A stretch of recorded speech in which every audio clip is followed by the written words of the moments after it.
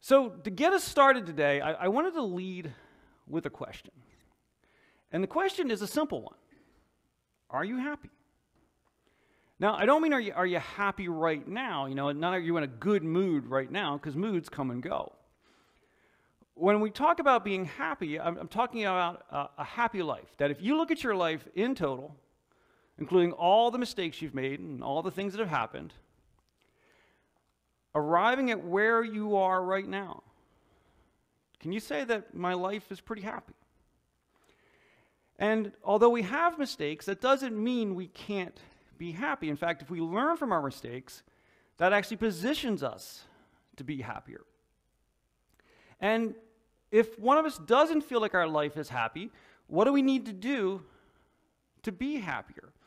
Now, in order to know what to do, right, we need to know what the destination looks like. So, what does a happy life look like? Now, one approach might be is to say, well, if I want to be happy, what I'm going to do is I'm going to focus just on myself. And I'm going to go out and just grab all the things that I want, and I don't care who I walk over, I don't care who I hurt along the way. As long as I get what I want, well, then I'll be happy, right? Because eventually I'll have everything that I wanted, and that means happiness. Now, if you've ever known someone who lived that way, I doubt you would describe them as very happy. You might describe them with lots of words, many we don't use in church, right?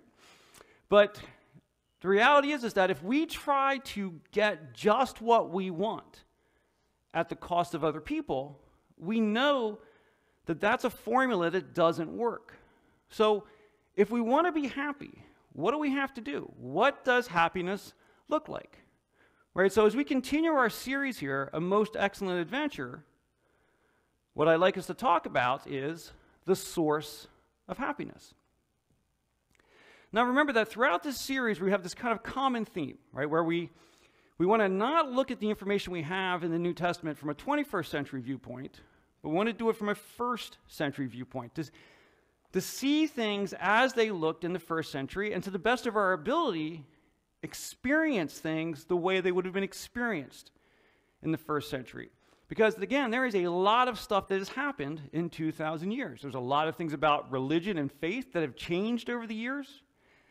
And in reality, our lives have changed dramatically in 2,000 years. So we said to kind of have fun with it, what we would do is we would pretend that we have a time machine. We would travel back to the first century and try to look at the people that we read about as real people with real lives and see what we can learn from that. So what I'd like us to do today is, as we jump into our time machine, I want to travel back to the first century to just a little bit later than when we arrived last week. Remember, last week we arrived at what we call the Last Supper, that final meal that Jesus had with his followers literally hours before he was arrested. So what we want to do is we want to kind of slip in after that.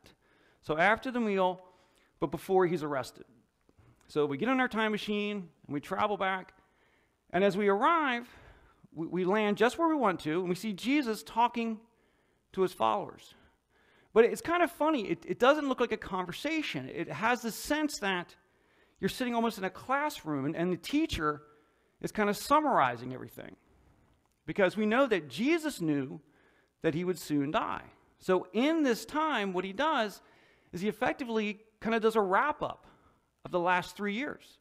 Here's the things that you've seen since you've been with me. These are the amazing things that have happened. And remember all those times where it looked like there was no way out, but we got out anyway. And so he kind of reminds them of all those things they'd seen and experienced. And then he goes on to tell them what they should do next and what they should do once he's gone. Now, as was often the case, they were confused by all of it. They spent much of their time of those 3 years confused about what he was talking about. But as he leads into this and he walks them through things, we then hear him make the statement, when you obey my commandments, you remain in my love, just as I obey my Father's commandments and remain in his love. I have told you these things so that you will be filled with my joy. Yes, your joy will overflow. Okay, so this is kind of our launching point, so I want to just take a minute here and kind of go through this, right? Is that he's basically saying, obey my commandments, and then you will be filled with my joy. Your joy will overflow.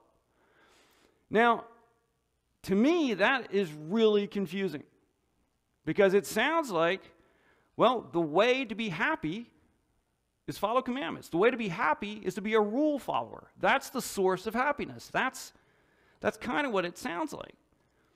But if we think about last week's message, remember we talked last week about how many rules they all lived with, right? That we often think of the 10 commandments, but we know that their tradition was actually not 10 commandments, but 613 commandments.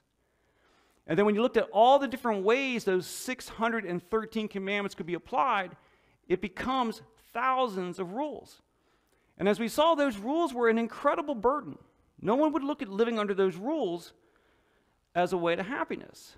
So how can rule following lead to happiness?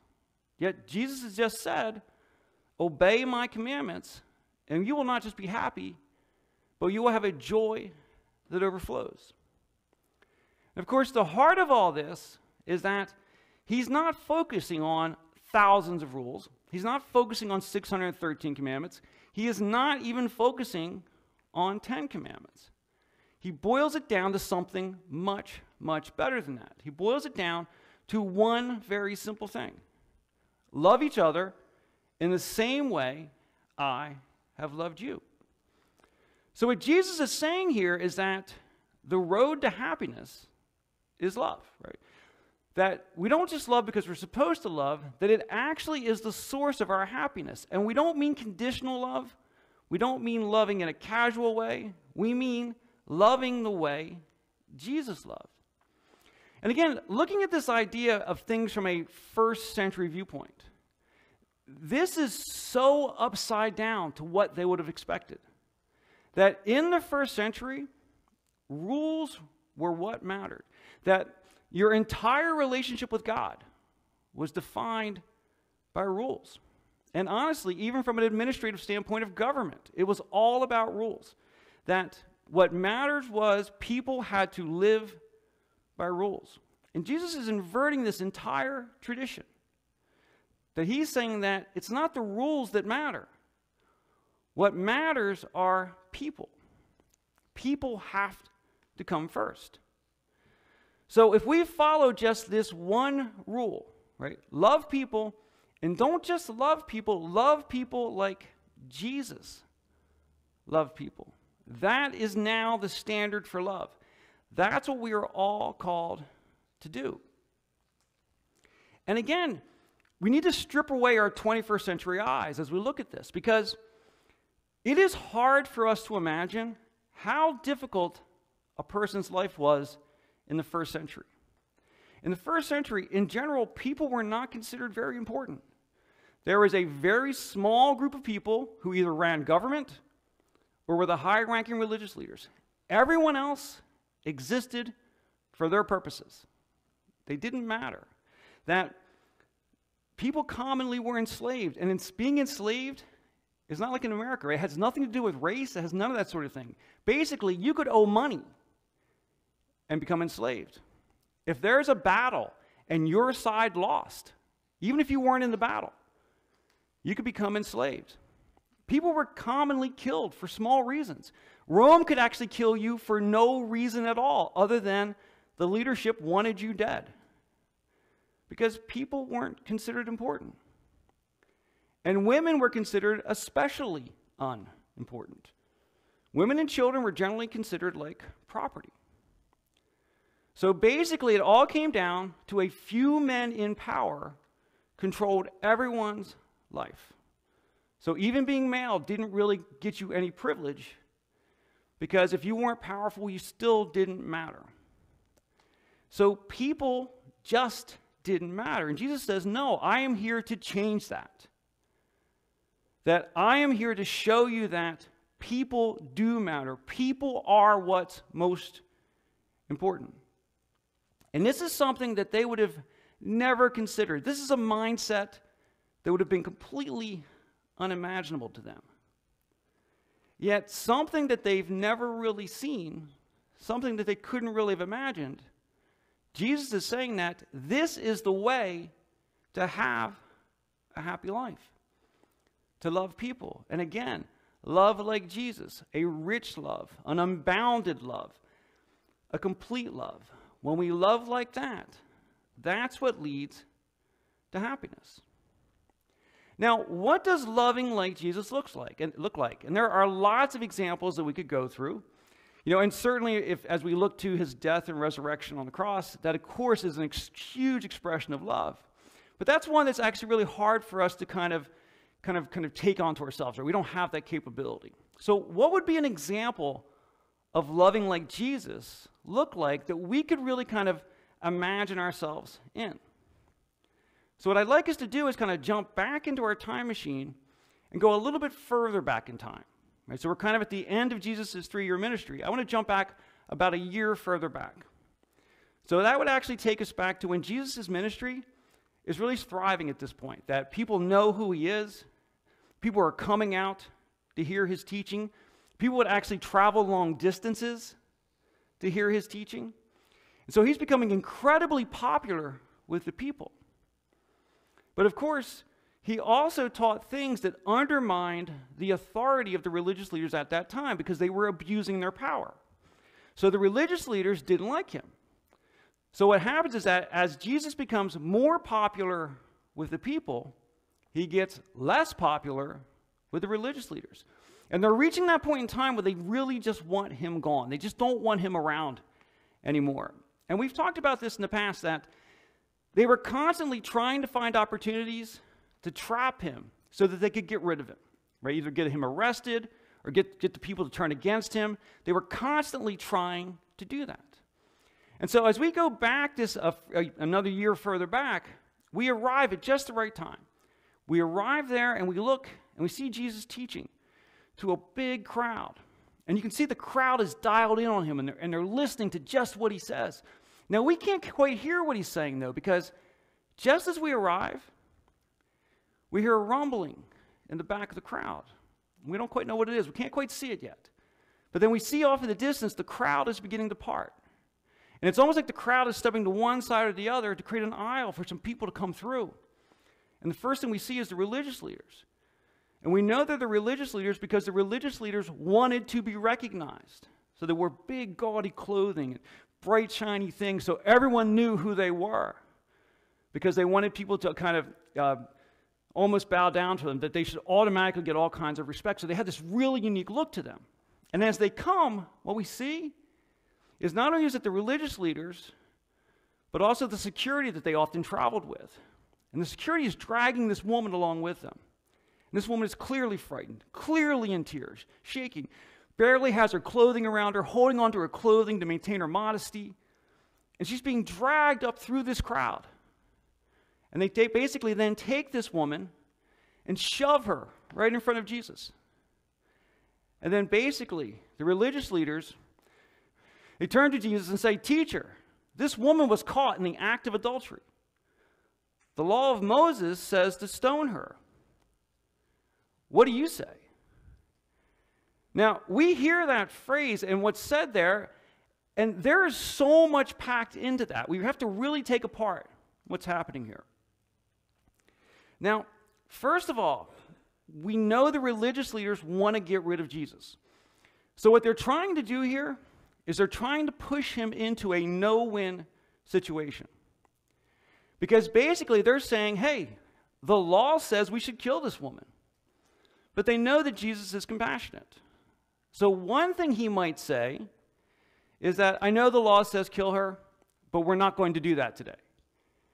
But then if he were to do that, he would be undermining their Jewish traditions. He would be going away from and going against what is taught. So the religious leaders could then turn and say, well, if he says we don't follow the law, then how can he be a man of God? He's going against God's law. So then they could turn the people against Jesus. That was one thing that might happen.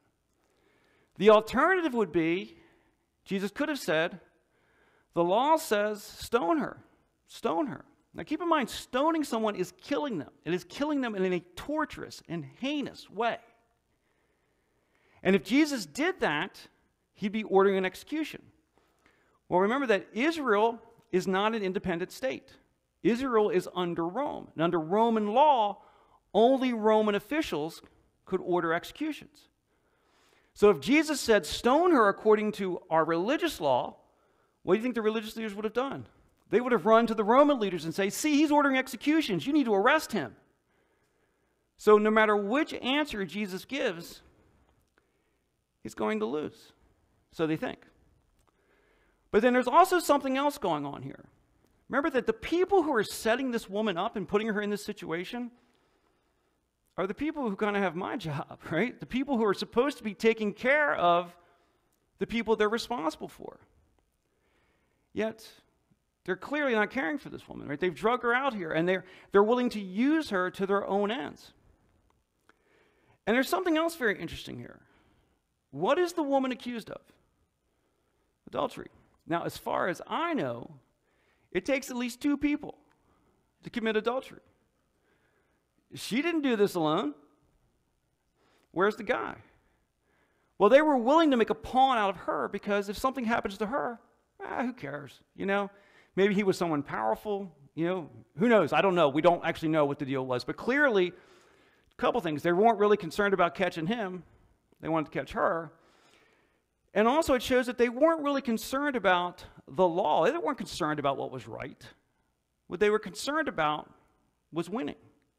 They wanted to win against Jesus. And if sacrificing a woman over that, small price to pay, not a big deal, right? That's how they thought. Because think about what was going to happen to this woman. Best case scenario, she is simply humiliated and outcast. But what's the worst case scenario? She's dead.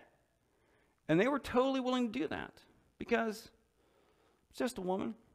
And keep in mind that she wouldn't even have the right to speak in her own defense. A woman was not trusted in the first century to give testimony. So she literally was not even allowed to defend herself. That's what they were willing to do to a person, to a human being, in order to advance their own cause. And understand that people of power constantly did this in the first century, or these sorts of things in the first century. Because the religious leaders are most interested in winning. They are most interested in trapping Jesus.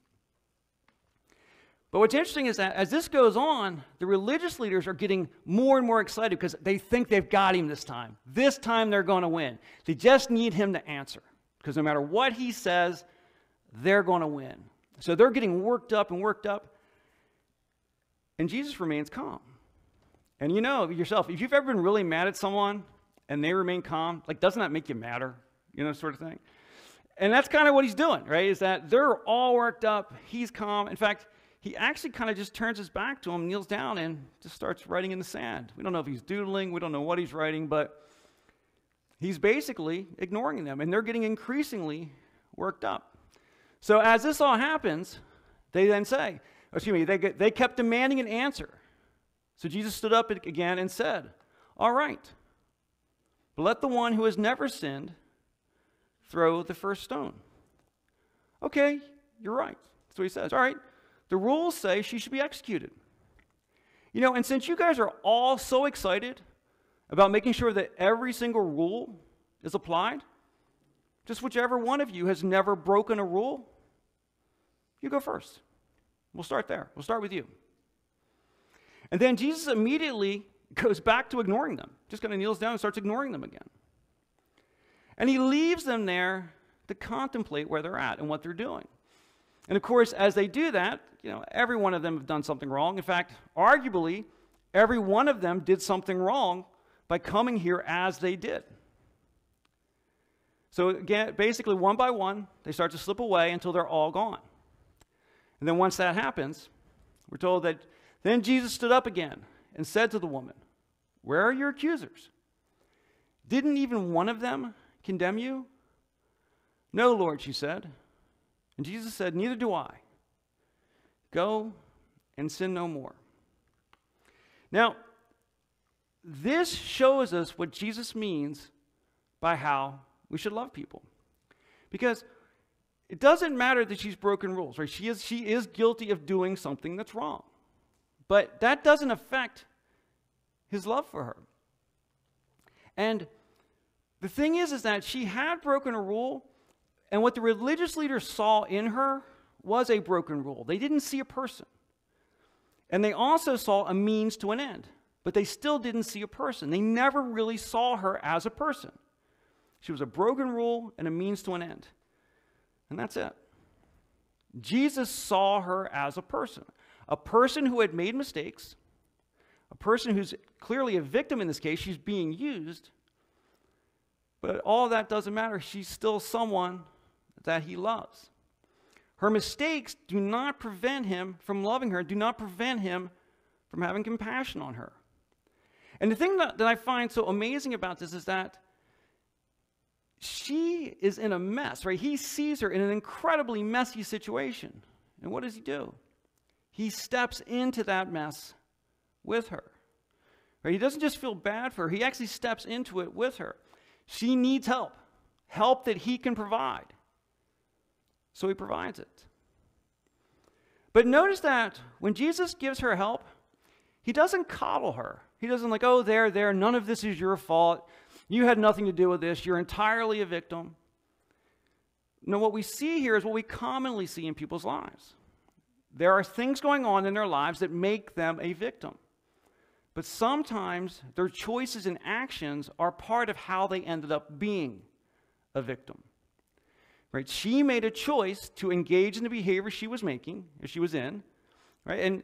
And he doesn't want her to do that. He wants her to stop.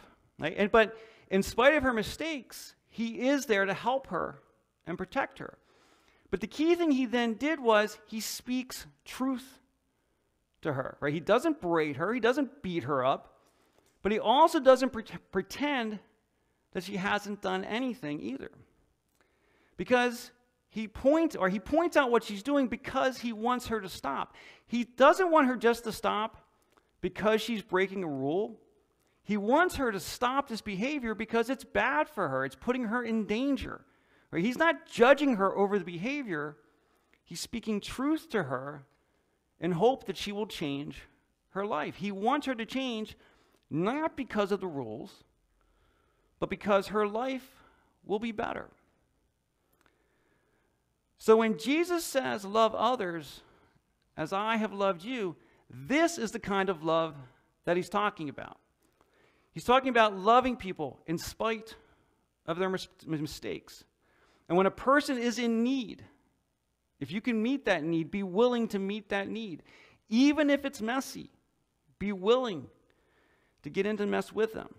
And when someone is harming themselves or when someone is harming someone else, speak truth to them in love. Right? We don't berate them. We don't beat them up. We can't make them change. But we can speak truthfully to them about what's going on. That's what Jesus is showing us about love. And the thing is that in the years and centuries that would follow, this is how Jesus' followers were identified, by the way they loved. That Jesus stepped into a world where love was almost non-existent, where people were meaningless and worthless and were just pawns. And he flipped that around. And as he flipped that around, his followers trusted what he said. And they began to love like that. And they began to change the world in the centuries that followed. And the world certainly didn't become perfect. And the world still has lots of troubles. But when Christians accept this responsibility, answer this call to love others the way Jesus loves us and the way Jesus loved others, that's how we begin to change the world. Now, living like that is not easy. It is often difficult. It is messy. But the truth is, and you know this, if you know people who consistently invest in other people, are they not some of the happiest people that you know? And the reason for that is that we are made in the image of God. We are made in the image of a loving God, which means that when we love other people, we're being true to our own natures. We're actually counter to our natures when we act selfishly. When we embrace our creation as in the image of God, of a loving God, that's when we are most like the way we were created to be. So just like those early Christians began to change the world for the better, to move away from a power structure where a few elite control everything. They did that through loving others as Jesus loved. That's how we change things. We can look around. There are tons of problems in the world, and none of us can solve them all. But if we embrace this responsibility to love others as Jesus loves us, we can start to do things one little thing at a time. Yesterday, we cooked breakfast for 35 homeless people. Are those people's problems all solved? No. No, but they ate yesterday morning. And I would say, I had a great time. You can ask anybody who was there yesterday. I have no idea what I'm doing in the kitchen. All right? I have no idea. As Ginger, I couldn't even crack eggs right? But, man, I had a fantastic time yesterday. Fantastic time yesterday. And what we did made a difference. And realize that when Jesus was died and resurrected, he launched a new creation. And in that new creation, we're part of it. And every little thing that we do that's good, every little thing becomes another piece of that new creation, moving us towards a better day and a better life for ourselves, the path to happiness, and a better life for the people we impact. Even when it's really small, it makes a difference. So let's all be willing to step into that responsibility and answer God's call and the example shown to us by Jesus to love others as he loved us.